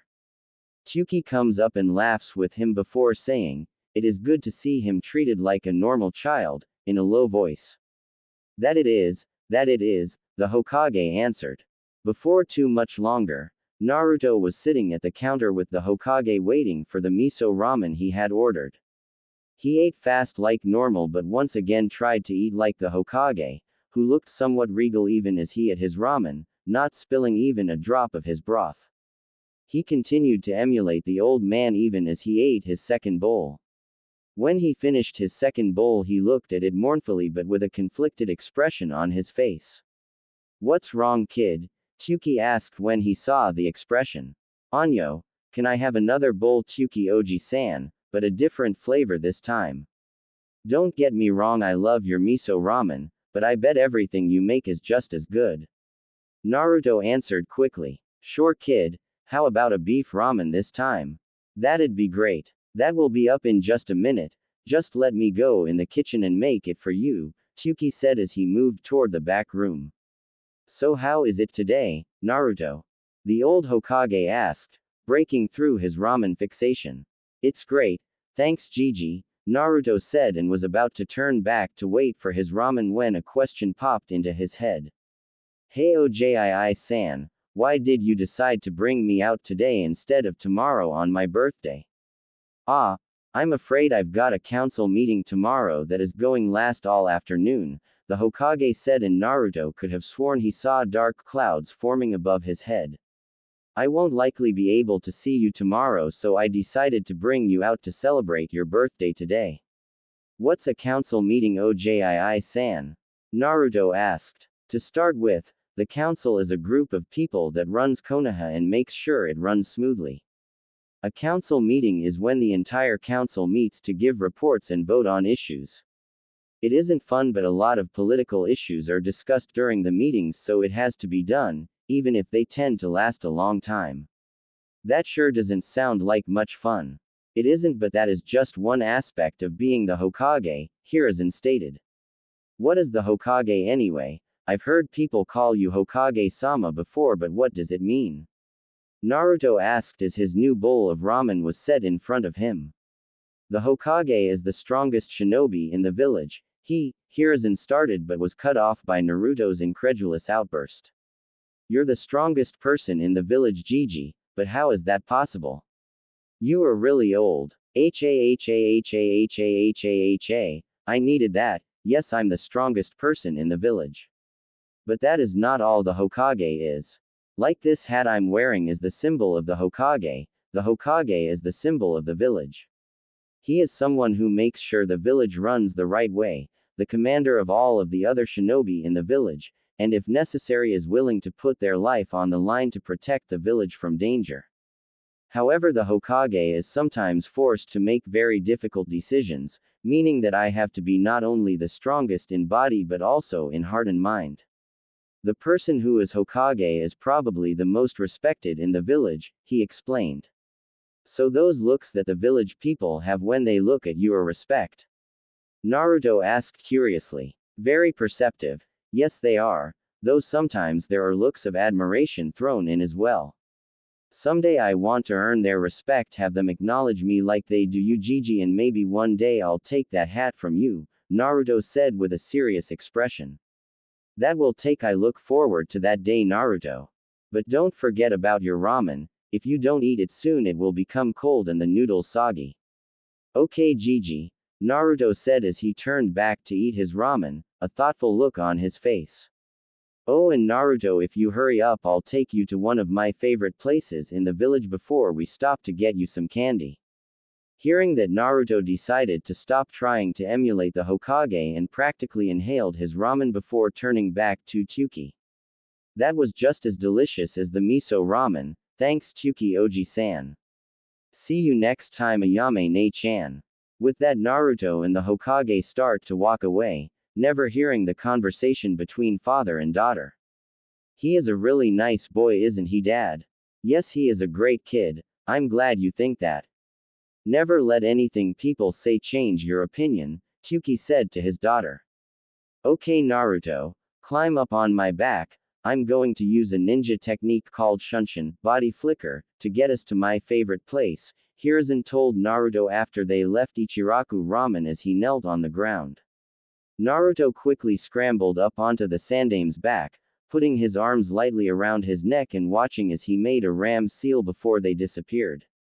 A few seconds later they reappeared at a very high place overlooking the entire village. After scrambling off the Hokage's back and getting to his feet he said, "It is beautiful," with a voice full of awe. Yes, it is, my boy, yes it is. We are on top of the Hokage monument right now, on the Yondaime's head to be exact. This is what I struggle to protect as Hokage, this village and everyone in it, the Hokage stated with a reverent voice. Really? He's my hero. I want to be just like him. Hiruzen chuckles at that. He couldn't help but think you have no clue how alike you are. They stood there for several minutes just taking in the beauty of Konoha in silence before Hiruzen suddenly picked Naruto up and they disappeared with the drifting leaves. They reappeared right outside the sweet shop where Naruto picked out a bunch of candy before returning to the orphanage. Orphanage. Naruto was not having a good day. After all the fun he had yesterday, he was hoping to have another good day. It was his birthday after all. But that didn't happen. The ladies that worked in the orphanage were all really mad at him for some reason today. He didn't do anything wrong, but they were still mad. He snuck out of the orphanage early to avoid them, but it was almost worse outside. The first few people he saw him gave him looks that were even beyond mad, and after he got out of their sight he hid. Making his way to the thick forest in a nearby forest, he used his tree climbing ability to climb into one of the biggest trees and hide before summoning Gamakichi. Yo, how's it going, Naruto? Not too good, Kichi. Yesterday I went and had a great day with Hokage Gigi. Here you go, by the way, Naruto said as he held out a bag full of candy. Thanks, man, I'll take them if you eat them with me. But what's wrong? Okay, like I said, yesterday was great and I was hoping today would be just as good, but everyone in the orphanage seemed really mad at me. It was kind of scary. I snuck away to get away from them, but when I got out of the orphanage the looks were even beyond mad. I hid from them too and made it the rest of the way here without letting anyone see me, Naruto said, almost crying. Poor kid, Gamakichi thought. People hate for something that he had no say in, and he is so smart that he notices it, even if he doesn't understand what it means. I almost wish he wasn't so smart, then he might not notice those looks. Well, I'm not mad at you and I never will be, at least not like that. I'm sure the old man isn't mad either, so don't worry about it too much. Naruto sniffled. Thanks, Kichi, I needed to hear that. No problem, what are friends for if not to help you out when you are upset? When Naruto finally cheered up, he and Gamakichi played games like rock paper scissors and tic-tac-toe until it started to get dark. I've got to go now, Kichi. I'll see you tomorrow, Naruto said as he got up and started walking down the tree, stopping only to watch Gamakichi dispel. Naruto carefully snuck back to the orphanage, not letting anyone see him. When he reached the orphanage, he was quickly spotted by the matron. She ran over and grabbed him by the ear, pulling him painfully as she screamed at him.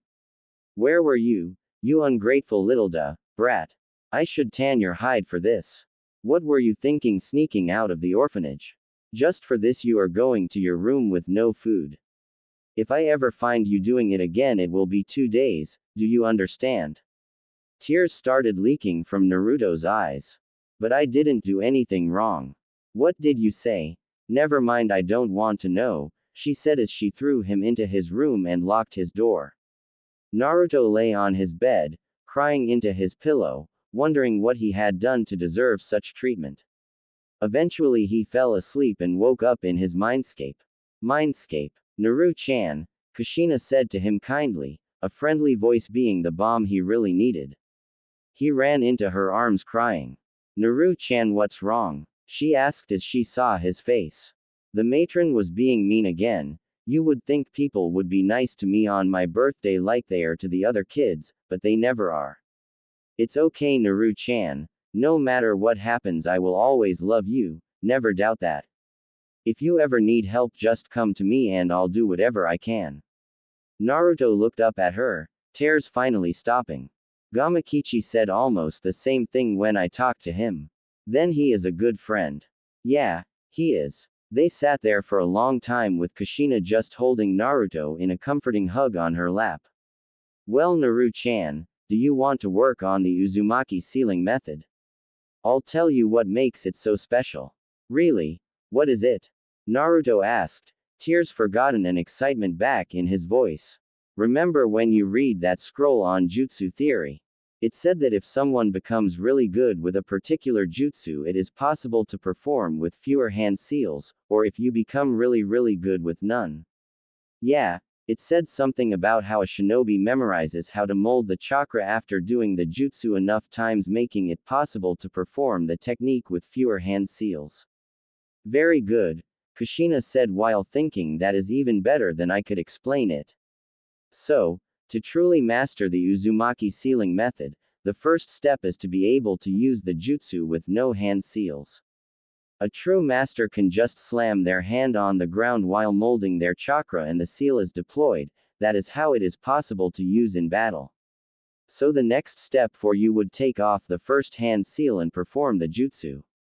When you get good enough to use it as well with only 3 hand seals as you can with 4, you take another hand seal of and perform it with 2, then when you can do it with no hand seals you have the jutsu mastered. That is awesome, Dadbao. Naruto said before pausing, deep in thought. But Ka-chan, do I have to use my hands? What do you mean, Naru-chan? Well, you know how I've been working on the tree walking exercise. Yes. Well, I'm really good at it now and I kind of got bored. So I did some cool stuff like sitting and laying on the wall in different ways. I even tried walking up the wall on my hands. The chakra part wasn't that hard, but I need to be stronger to do it well. But I was thinking about how you said I would eventually be able to mold the chakra through my hands with no hand seals, but instead of my hands could I do it through my feet? You know, I'm not sure. How about this, you master doing it through your hands first, then you can try through your feet. But that is a really good idea. If it works, you could deploy seals by just walking. Thinking about it, you could even deploy trap seals by just thinking about it as you tree hop. Okay, Ka-chan, I'm going to try it with 3 seals now, Naruto said before making the last 3 seal in the series and slamming his hands on the ground. The jutsu still worked, but the kanji that appeared was so blurry he could barely make it out, quite a bit worse than his first attempt with the full sequence, but it did work, so with enough practice he would perfect this too. Naruto was just about to start again when he felt himself start to fade. In a bit of a panic he ran to Kushina and asked, Ka-chan, I feel like I'm fading, what is going on? Someone is probably trying to wake you up in the real world. Meditate and concentrate on leaving your mindscape, Kushina said calmly to reassure Naruto. Orphanage. The matron was mad, almost beyond belief. That demon had managed to sneak out, on today of all days, and it had the gall to ask what he had done wrong when it showed back up. She had sent it to its room without food as punishment, but when she went to check it was still there, it was just sleeping peacefully, without a care in the world. To make it even worse, when it turned over it had a fox-like grin on its face. She was practically seeing red when she started kicking it awake. After the third kick it hopped up and she grabbed it by the hair and dragged him out of the orphanage and threw it in the street. A demon like you is no longer welcome here, she spat, slamming the gate in its face. In front of the orphanage gate, Naruto found sitting on his butt in front of the gate, his ribs still aching where he figured the matron kicked him. He didn't know what to do or why the matron was so angry. Why did she call me a demon anyway? And what should I do? He thought to himself. Then he remembered what the old Hokage said the day before about having a long council meeting. He realized that the Hokage would probably still be there, so he took off running toward what he had been told was the Hokage Tower. As he ran toward the tower he ran into someone who stepped right in front of him. The man had a big belly and a really bad and sharp smell hovering around him. Sorry, the man said until he got a good look at Naruto, then his face transformed.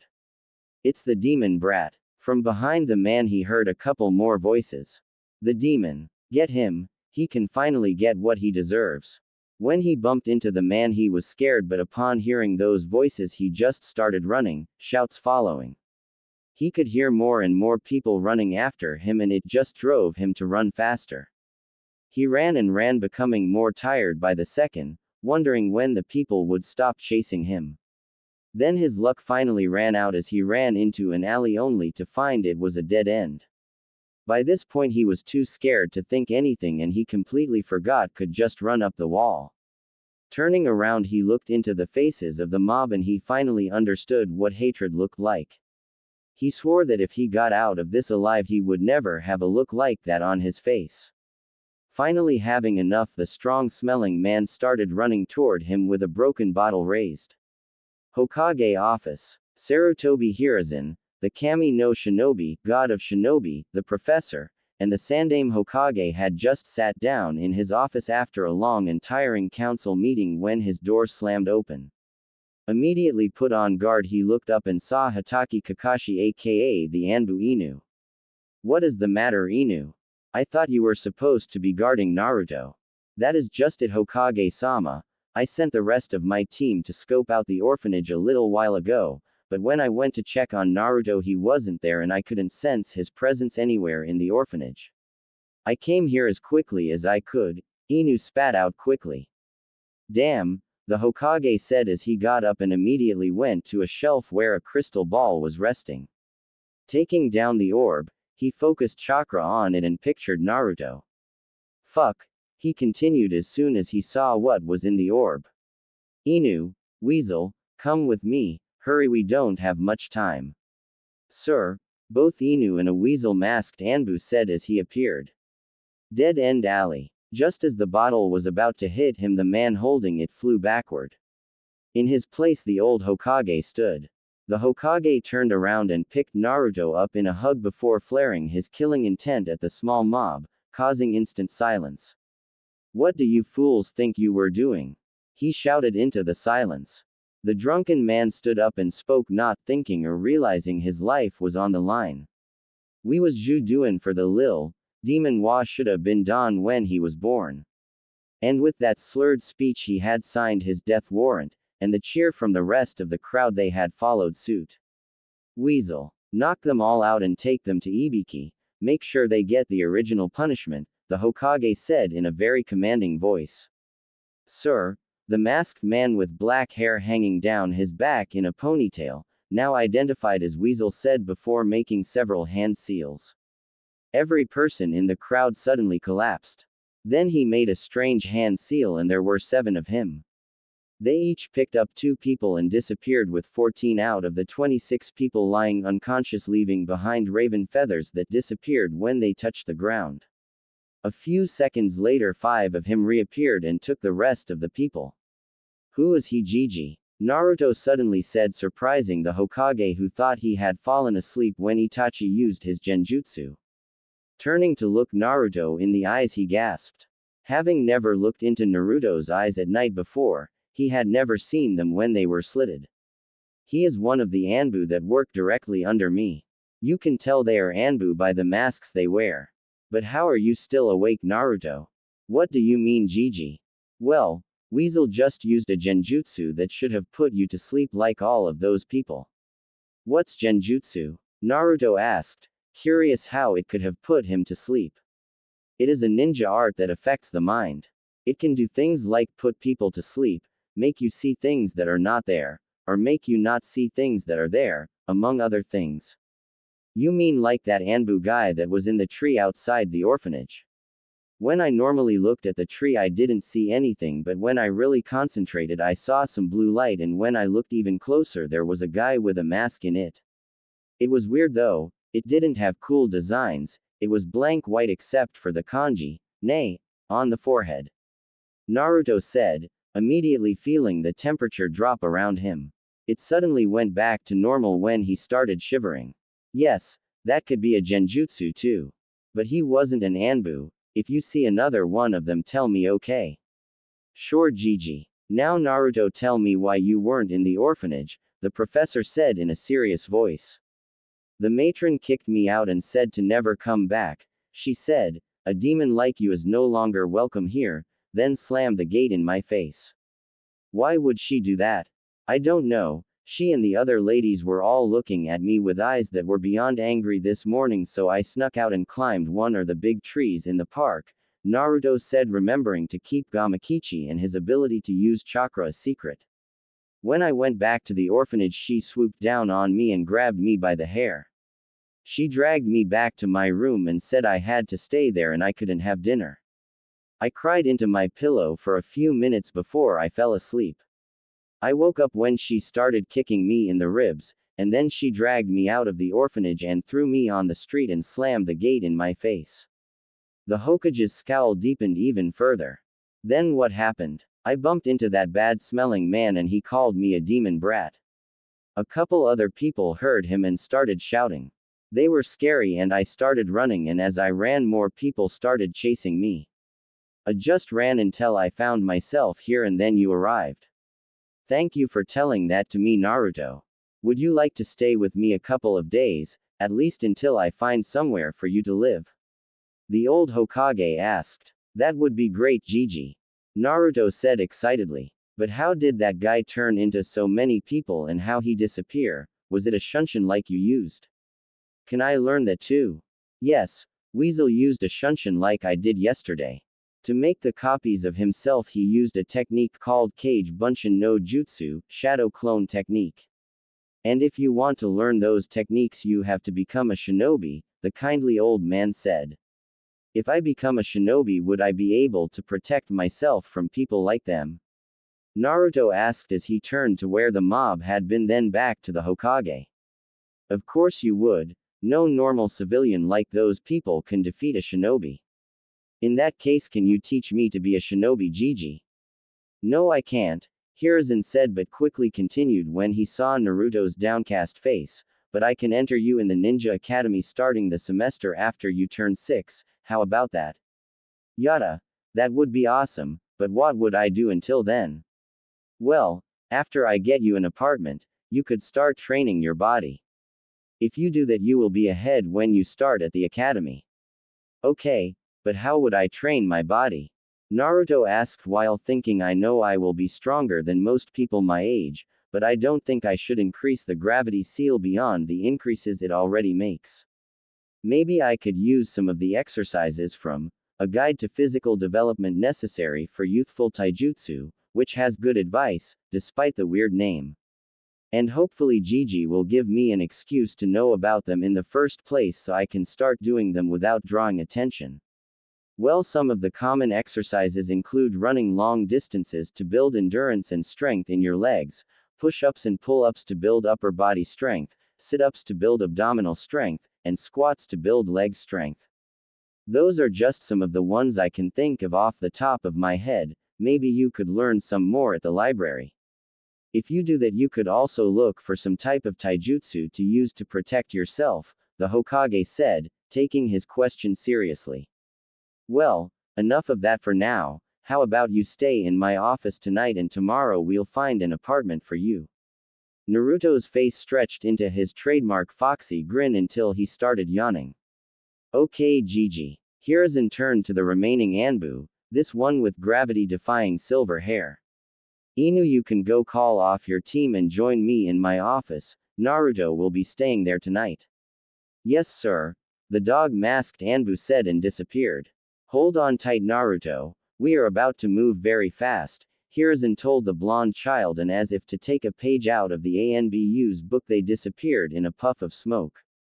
Hokage's office. After arriving at his office, Hiruzen put Naruto on the couch and he immediately went to sleep. Hiruzen sat in his chair thinking about the night's events, wondering what he should do. After sitting like that for nearly half an hour, he makes up his mind. Inu. Yes, sir. The dog masked and said as he appeared in front of his leader. First thing tomorrow, I want you to go and find an apartment that Naruto can live in. Make sure it is neither too expensive nor too run down. I will arrange for the rent to be covered. You might want to look in one of Jiraiya's buildings. You know he won't refuse to have Naruto live there.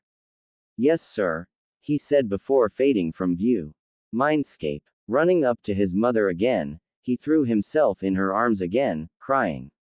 Naru-chan, what's wrong? She asked gently as she ran her fingers through his hair. After calming down, he told her what had happened since he left his mindscape. Just like with the old Hokage, he felt himself go cold, but he could also tell that whatever it wasn't aimed at him. Ka-chan, why did it seem like so much time passed when I was here last time, when only a little over an hour passed in the real world? Naruto asked to distract her. What do you mean, Naru-chan? Well, we talked for a long time, then I worked on the seal jutsu for about 6 hours, but when I woke it had been less than 2 hours in the real world. I could tell because it wasn't dark enough for my eyes to activate. I'm not sure, but maybe, you might be able to control how quickly time passes in here, like the Tsukiyomi, Moon Reader, of the Uchiha clan, where they draw you into their mindscape and they can keep you for 3 days while only taking a few seconds in the real world, she said, drifting off until she finally registered everything he said. Wait, what do you mean, your eyes activate? Well, I've always been able to see at night like it was day, but a few days ago when I was sticking to the wall in my room I noticed some chakra was trickling to my eyes, Naruto explained. When I stopped it, everything went darker than I had ever seen before. I lost concentration and fell back onto the floor, and suddenly I could see again. So I tried channeling chakra to my eyes again the next day and everything became really clear and I could see things I had never noticed before. I think I could even see chakra and through genjutsu. Show me. So Naruto did as Kushina asked and channeled chakra to his eyes. His blue eyes stayed the same except the pupils became slits. That is pretty cool. I wish I could have done that. What do you mean, Ka-chan? Naruto asked curiously. Next time you are in front of a mirror, activate them and look for yourself. Okay, I will. Naruto said before his expression turned serious. Ka-chan, could you teach me to be a shinobi? Of course, but why the sudden request? Well, Gigi said that I can join the academy after I turn 6. I want to be strong and protect both myself and anyone I care about like him, and maybe one day become Hokage too. Ha, you sound just like I did. My dream was always to become the first female Hokage. I will teach you, but there is one thing you must remember. What is that? Naruto asked, still serious. One of the most important things for a shinobi is deception, Kushina said, just as serious. Why? Think of it like this, if there were 2 people that were equally as strong but one always hid their strength. What would the second person do? The second person probably wouldn't take the first seriously. Exactly, the second person would underestimate the first and most likely lose, possibly even die depending on the situation. My point is that I will teach you, but you should hide your abilities. It will make it much more likely that you can win and survive. It is especially important for you, Kushina finished. Why is that? Why is it important for me? Naruto asked, catching his mother's slip. I can't tell you right now, but I promise I will as soon as your father wakes up. Okay, Naruto answered dejectedly. Since we are going to be training, what should I do in the real world? For now, how about you start with that old monkey suggested? Luckily, you can learn taijutsu here, as muscle memory is a mental capacity, so you don't have to worry about that, but you might want to do what that book on physical exercises suggests so you can use the taijutsu that I teach you effectively. I'll do that, but it should actually be easier now. Kushina tilted her head in confusion. Why is that? Well, Gigi mentioned getting me my own apartment so I won't have to worry about ladies that don't like me stopping me. Naruto smiled brightly. I'll be able to go to the park whenever I want, and maybe I can make some friends my own age. Kushina smiled at the happy look on Naruto's face. Okay, until your father wakes up we will split your time here into 3 sections. Learning to make seals, since you are now able to use the Uzumaki sealing method, practicing the Uzumaki sealing jutsu until you can do it with no hand seals and maybe with your feet, and taijutsu training. You better be prepared because I won't go easy on you. If you are going to do something as dangerous as be a shinobi, I will make sure you are ready for it.